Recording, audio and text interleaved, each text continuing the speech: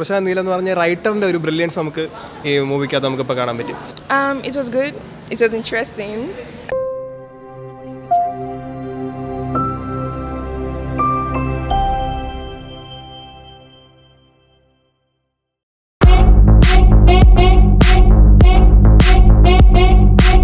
VPSC education consultancy ഇന്നിവിടെ മോൾഡോയിൽ Salaar movie release ചെയ്യുകയാണ്. Movie കാണാൻ വേണ്ടി ഇവിടെ എല്ലാവരും എക്സൈറ്റഡ് ആണ്. നമുക്ക് മൂവി കാണാം.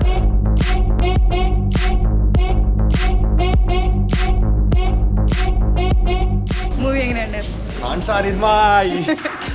സെക്കൻഡ് ഹാഫ് അടിപൊളി. സെക്കൻഡ് ഹാഫ് അടിപൊളി. Too good. കുഴപ്പമില്ലായിരുന്നു. ഇഷ്ടപ്പെട്ടോ?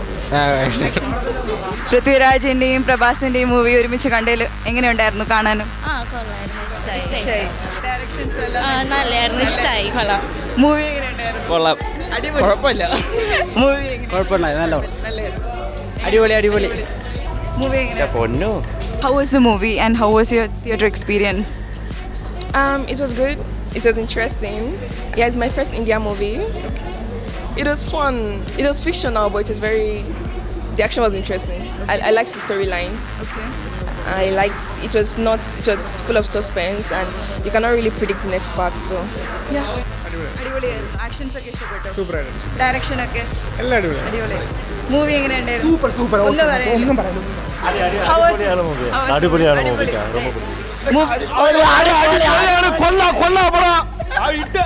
പ്രശാന്ത് നീൽ എന്ന് പറഞ്ഞ റൈറ്ററിന്റെ ഒരു ബ്രില്യൻസ് നമുക്ക് ഈ മൂവിക്കകത്ത് നമുക്കിപ്പോൾ കാണാൻ പറ്റും.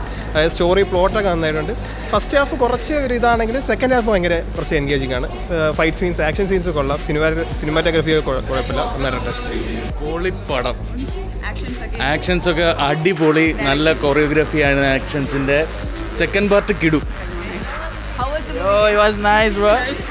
ഇഷ്ടപ്പെട്ടു.